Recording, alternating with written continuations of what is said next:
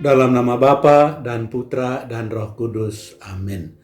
Bapak, Ibu, Saudara-saudari terkasih, salam jumpa kembali dalam Renungan Inspiratif Minggu Biasa ke-12 berdasarkan Injil Matius bab 10 ayat 26 sampai 33. Jangan kamu takut.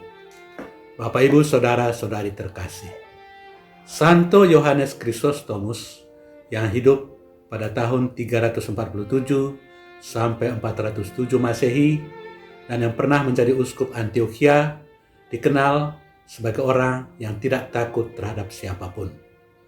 Pernah diceritakan bahwa pada suatu kali John Chrysostomus diancam oleh kaisar untuk diusir dari tempat tinggalnya. Tetapi John Chrysostomus menjawab ancaman itu dengan mengatakan bahwa kaisar tidak dapat melakukan hal itu sebab seluruh dunia adalah milik Allah. Kalau begitu, saya akan membunuh engkau, ancam sang kaisar. Terhadap ancaman itu, John Chrysostomus juga menjawab, Anda tidak dapat melakukan hal itu sebab hidup saya tersembunyi di dalam Allah. Berbagai ancaman telah dilancarkan oleh kaisar terhadap John Chrysostomus. Tapi John Chrysostomus tidak takut sedikit pun dan malah menjawab sang kaisar dengan santai. Dia percaya bahwa hidupnya ada di tangan Allah dan karena itu dia menyerahkan seluruh hidupnya itu kepada kehendak Allah. Bapak, Ibu, Saudara-saudari terkasih, bacaan-bacaan liturgi hari ini mengundang kita untuk mewartakan Kristus tanpa takut. Dalam bacaan pertama, Nabi Yeremia percaya pada kekuatan Allah dalam melakukan karya pewartaannya, sekalipun dia mendapat banyak ancaman, bahkan dari sahabat karibnya sendiri. Dalam bacaan kedua, Rasul Paulus meyakinkan orang-orang Kristen di Roma untuk tidak takut terhadap perlawanan orang-orang, karena mereka telah mengambil bagian dalam wafat dan kebangkitan Kristus. Sementara di dalam Injil sebanyak 3 kali Yesus berkata kepada murid-muridnya, jangan takut. Hal itu dikatakan Yesus untuk meyakinkan para murid supaya mereka tidak takut karena Allah akan selalu menolong dan menyertai mereka. Tuhan adalah penyelenggara kehidupan. Oleh sebab itu, para murid tidak boleh takut terhadap orang yang membunuh tubuh. Sebaliknya, mereka harus takut terhadap Dia yang bisa membunuh jiwa dan badan. Dan jangan kamu takut kepada mereka yang membunuh badan, tetapi tidak berkuasa membunuh jiwa. Takutlah terutama kepada Dia yang berkuasa membinasakan baik jiwa maupun badan di dalam neraka. Matius bab 10 ayat 22. Dengan kata lain, Yesus menasihati para murid supaya tidak perlu takut kepada sesama manusia. Tetapi takutilah Allah, karena Allah bisa membinasakan jiwa dan badan.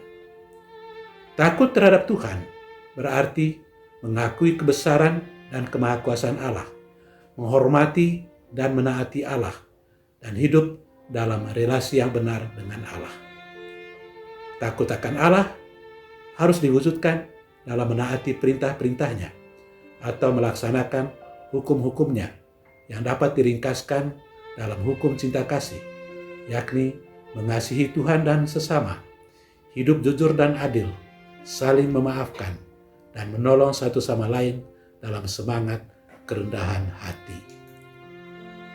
Bapak, Ibu, Saudara-saudari terkasih, tentang takut, Krishnamurti, salah seorang pemikir dari Theosophical School di India, mengatakan bahwa muara atau ujung dari semua ketakutan, entah ketakutan terhadap apa saja, adalah takut akan kematian.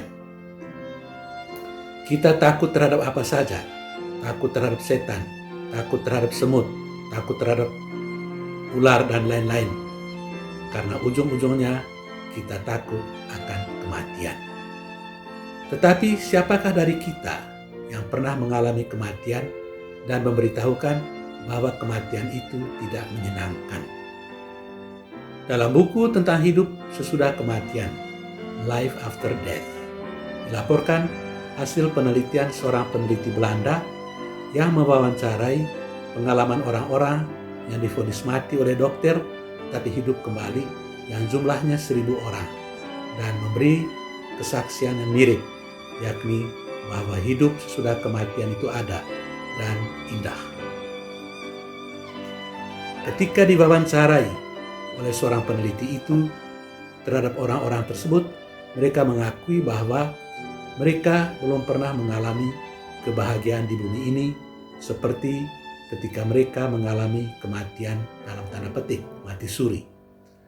Dan ketika mereka ditanyakan, apakah mereka takut terhadap kematian? Semua menjawab bahwa mereka tidak takut dan malah menantikan kematian itu.